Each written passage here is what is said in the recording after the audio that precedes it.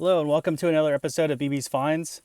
I'm Blake B. This is the only show on YouTube where a guy extemporaneously talks about his collections, history behind his history behind his collections, while sitting in a closet that's shared with his wife.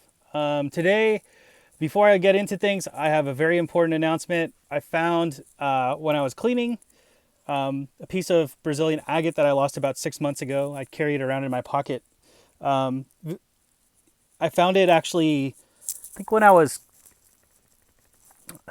doing a Magic the Gathering card job for some guy, helping him out, try to sell some Magic the Gathering cards, and among the items in the box was this piece of Brazilian agate. Didn't know what it was. Took it to a rock expert at our what do you call it? Farmers market down the street. And was talking to him about rocks a little bit. So I found the piece of Brazilian agate. I took it out of my pocket and it fell on the ground and shattered into two pieces. So it was a happy day, and then it went right back to a sad day. So I'm thinking about maybe turning these into some sort of necklace, trying to polishing them up a little bit, the edges where it broke. Um, you know, I I I was really I was over the moon to find this thing, and then then it broke. So yeah, sometimes that's life. I will deal with it. I'm happy that I at least have closure and I know where it was. Today I am wearing a Grateful Dead shirt. Why am I wearing a Grateful Dead shirt, you might ask? Today's topic I'm going to talk about two people who are influential on the psychedelic movement of all times. They're probably the two godfathers of, I would say, the psychedelic movement, psychedelic drug use. I don't particularly partake in the drugs that they do, but it is an interest of mine. Learning about them, and I do support people who do want to expand their minds in a safe setting, under safe conditions as well. And I do think there is good therapeutic benefit to psychedelics. They're using right now psilocybin mushrooms for treatment of PTSD in connection with therapy, psychoactive or not psychoactive therapy, psychology that's given to people mostly that have seen things in war and things like that, and it's been helpful. There's some organizations that are out there that are also helping. MAPS is one of them. It's a acronym, MAPS. You can look them up. They do a podcast, and yeah, it's some of the stuff is very scientific, which I kind of like that stuff. A lot of it has to do with data analysis, statistics, how people, what varying experiences on psychedelic, various types of psychedelics. There's all kinds. So I think today, like I said, I'm talking about two pioneers, and then I'll show a couple pieces of my collection. It kind of delves a little bit into spirituality, so bear with me in those parts if you're not a spiritual person. I do want to kind of touch on that because it's important to talk in some context, at least about one of these guys. So they are Richard Alpert and Timothy Leary. Timothy Leary is probably known, or mostly known, as the counterculture sort of guru with LSD and things like that. The other guy is, as I mentioned, is Richard Alpert, otherwise known as Ram Dass. They both have very interesting stories. So I'll talk a little bit about them. I'll show the couple items that I want to show. My history with them is basically there is some sort of connection, I think, just via people I know, with Timothy Leary. One of my good friends, who's not on social media, so I don't need to give a shout out or anything, but his mom is has a very interesting past. She was knew a bunch of people like Kerouac, Bob Dylan. She was actually Timothy Leary's scribe. So that's one. And then the piece that I'm going to show sort of connects into that. And one of the pieces I'm going to show about Timothy Leary sort of connects into how I know him another way. With Ram Dass, I think Ram Dass is a little bit more interesting on how I got there. I would say I heard the name before, Ram Dass. But I think there's a lot of people that are now kind of glomming onto his uh, love, serve, remember sort of style of philosophy, because of the way the world is, and it's a more compassionate way to to live, I think, than think only about the self. But Ram Dass has like a certain sense of humor with his teachings. I would say he is a guru. He's again a very compassionate person, a very understanding person. He sadly, unfortunately, passed away earlier this year, not due to COVID-19, by the way. But he's no longer with us, but he still is with us because we can still take his teachings and some of his wisdom and apply that to our lives and move forward with love and compassion and things like that. Now, what's interesting about them is they had kind of two differing philosophies. Ram Dass is more of let's back up. So Timothy Leary, I think Timothy Leary is a little easier to tell his story. Professor at Harvard, psychology professor at Harvard. He was interested in different elements of the subconscious. Went down to Mexico at one point, I believe in the 1950s, and someone gave him either mescaline or psilocybin mushrooms. I don't remember how the story goes, but he took it and then basically realized that there was something there in terms of psychology and how he could affects the mind and things like that, and in a beneficial way. So he went back to Harvard, started doing studies. Alpert, he brought along Alpert. I'll talk about Alpert's story in a minute. But he brought along a few other people that notable. I think like Dr. Andrew Weil was even involved. There's tons of documentaries out there on this stuff. But the studies basically graduated from psilocybin mushrooms and things like that, mescaline, to LSD. At the time, LSD was legal. So he was essentially fired because the administration didn't like what he was doing in terms of his research and his studying of this stuff. He became sort of an anti-establishment figure. I would kind of call him punk rock, comparative to Ram Dass, like where he was in terms of his mindset. Kind of like a little bit more aggressive, I would say, in his words and actions than Ram Dass. Ram Dass. So Ram Dass was born, and then Timothy Leary, of course. Timothy Leary, of course, went on to write a bunch of books and influence a whole bunch of people, and here we are. So Ram Dass is he's born Richard Alpert. He was young Jewish man, very shy, very kind of like uncertain of himself and things like that. So he was part of these. He became friends with Alpert. They were both professors at Harvard. He was a little bit well-to-do, I think, to begin with. I think he had like an airplane and things like that, and he came from a pretty upscale family. But he was able to hook up with Leary. They were they're friends, and then they would take part in these tests or these experiments, doing research with psychedelics. And then at one point, Ram Dass said, "Well, I want to get to the bottom of what this stuff really is. I want to seek out someone who's like super spiritually enlightened, and try to give them some and see what they think of it." So he sought out gurus in India. He basically was searching kind of aimlessly and hooked up with a guy named Bhagavan Das, who was an American, who led him eventually to this guy called Neem Karoli Baba, otherwise known as Maharaji. So they hooked up with Maharaji, and Maharaji's he's like a living saint.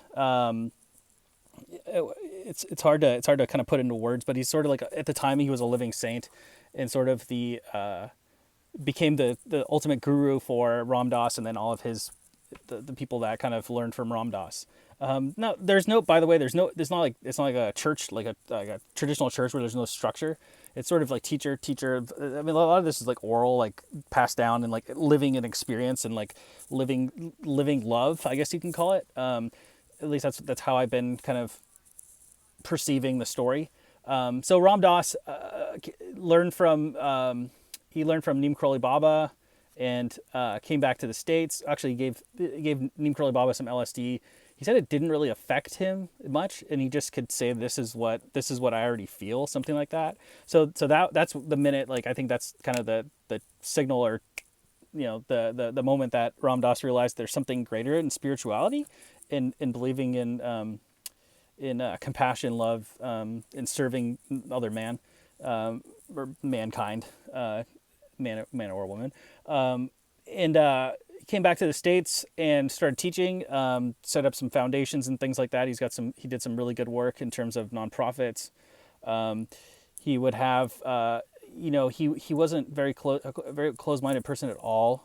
He had, at his retreats, he would have Buddhist teachers and things like that. He although, his kind of style of teaching is kind of anchored in that whole Neem Karoli Baba style. He's just such an interesting person to read about. I suggest you look him up. I can talk a little bit more about him. And how I kind of came to Ram Dass is listening to Duncan Trussell's podcast. I had heard of Ram Dass, and I think I had purchased like a video or two of his, or seen some documentaries on him.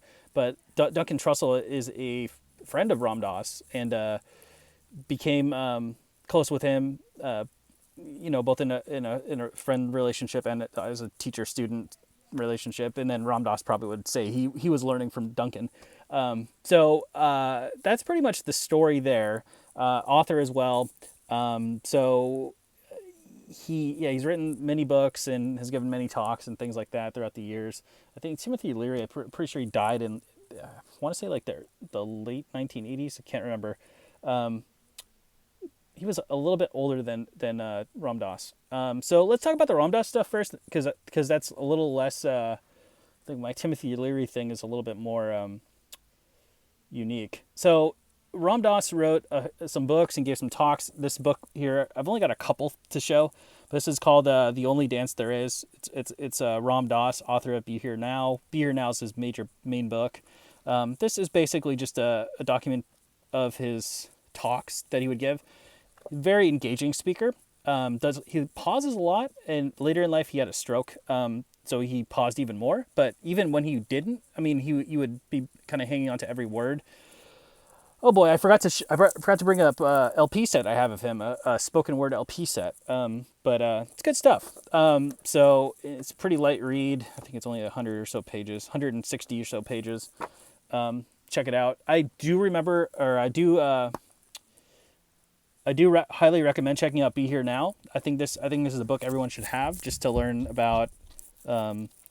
It's basically a history of Ram Dass for the first few pages, and then a lot of kind of spiritual stuff in the middle of the book, and then sort of an epilogue, and how we can help each other, how we can help ourselves, in terms of how we live, eat, things like that at the very end. It's not a very thick book. You can buy it. I mean, a couple, maybe 300 pages or so, but you can buy it pretty much anywhere. Copies are probably a few bucks online. So that's all my Ram Dass stuff, really. I mean, it's just these couple books. So this is the piece that kind of like why I wanted to do this video. I mean, how should I start this? My wife, her grandmother passed away, I think it was last year in January, and there was a storage locker in Palm Desert with all of her belongings. My wife's uncle lived with her at the time and helped move everything to the storage locker. At one point, we got a call saying, "Hey, well, if you want anything, you can come help with the storage locker. Come help go through things and kind of take what you want." Her dad had suggested that we pull a few items, and my wife's sister, suggested we pull a few items as well. Now her uncle also had some stuff in there. He said, maybe I don't really need anything. Just let me know if you want anything. There were some art pieces and things like that. A couple pieces of art that we took. But he had books and things, but I think he wanted to hang on to those, which is completely understandable. I'm not gonna like. I mean, come on. After all, it's it's her uncle. But I did come across this, and I asked him if I could have this, and if he was sure. So this is a piece of art that's done by Carolyn Ferris of Timothy Leary, and at top, I don't know if you can see well enough, but it's actually signed by Timothy Leary. This was it says paint. Looks like 1 of 100, a truly interactive painting by Carolyn and me. Carolyn and me. I think she maybe put a little bit of herself in it as well. Timothy Leary. And here's Carolyn Ferris's signature and stuff like that. What's kind of unique about it is I was asking her uncle about how he got this, and I guess he at a time dated Carolyn Ferris, so that there's another connection to Leary. Kind of a weird one. If you're playing the Kevin Bacon game, that's two. It's actually less than 6 degrees both ways. Right.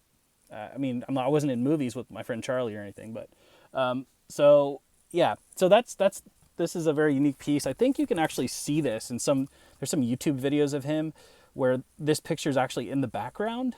I did a little research. It's not in like. I mean, it's been in a storage locker, so it's not in the greatest condition. I think I do want to get it framed at one point, just because it's really really effing cool. It's pretty unique. Not many people have a signed, like, I don't know what you would call this, lithograph or whatever of Timothy Leary. So interesting piece. I do have some additional books that I wanted to share that are sort of in this same area. Spirituality, psychedelics, and things like that. The first being it's called Acid Dreams: The History of LSD, the CIA 60s and Beyond. If you want to learn about sort of the cultural history of the drug, it's a good primer. I would say most people probably know that it was invented back in the 1930s, I believe, by Richard Hoffman in Austria. He was a chemist. He thought he was searching for this compound. He didn't think it would work. And then he ended up getting it either on his hands or ingesting it or something, and rode home on a bicycle. And that was essentially the first trip. And people will celebrate Bicycle Day. I think it's a day before. Yeah, it's April 19th. So you got April 19th, and then you got 420, which is the pot smoking holiday. Yeah, Acid Dreams, CIA stuff. You can read about MK Ultra and how they were trying to use LSD back when it was legal for mind control. At least that's what how people understand it now. Interesting stuff. I mean, again, if you're not into it, then you don't have to check it out. But this one's cool. DMT, spirit molecule. There's I think a lot of more acceptance of psychedelics nowadays because of its therapeutic benefits, and more people are realizing that it's all about set and setting. And I think Leary and Albert would agree. It's all about how you take it and when you take it and when you're in the right state of mind and how it can help you. DMT is a very, very, very powerful psychedelic. I have not taken it, but people talk about ayahuasca. Ayahuasca is essentially a derivative of DMT, or a way to take DMT, where it's essentially boils down to chemistry. But a lot of these like ancient shamans in jungles in South America are the ones that administer it. It's sort of like I would say it's like a hip thing to do, is travel down there and do ayahuasca. It is more it's more powerful than LSD, and it lasts a lot longer than an LSD trip. But this book it gets into a lot of the kind of the history of it and how they discovered it and things like that. It actually exists in all humans, but not in high quantity.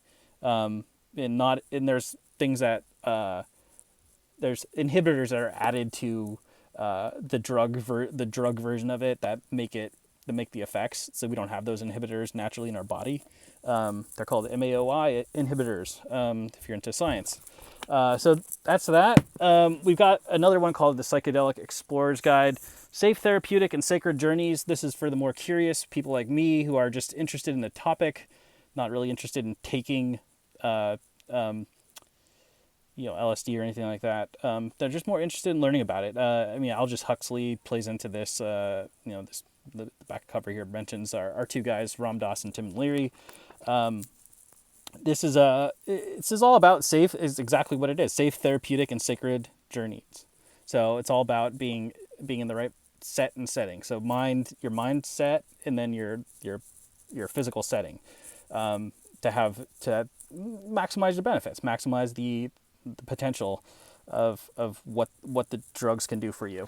Last we have, this one is more of a personal favorite of mine, just because I think everyone could benefit from it, but The Science of Being in Our Living, Transcendental Meditation by Maharishi Mahesh Yogi. I've also got some records of his downstairs as well, spoken word records. He's very well known. I mean, this kind of plays into the more Ram Dass side of things, but he's very well known for being the Beatles sort of guru at the time, in George Harrison in particular, in India, and teaching them transcendental meditation and how to calm the mind and quiet the mind. There's all types of meditation.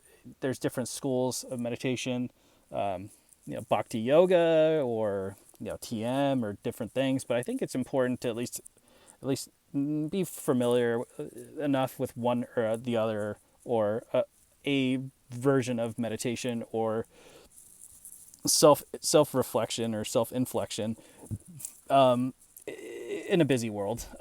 So this does have its benefits, and it's a practice. I can't say TM is definitely a practice. I would like to have more time to do that practice. It's a very, very, very positive thing.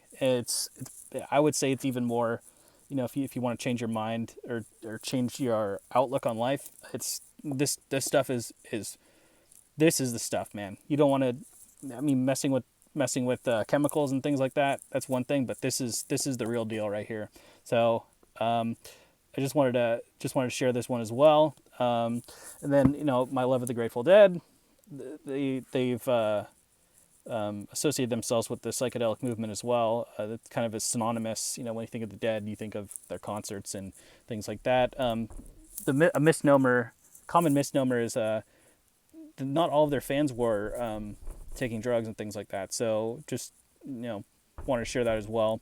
I hope you enjoy, and I hope you got something out of this. It's a little short today, but that's okay. And I hope you're well and love everyone. Peace. So yeah, bye.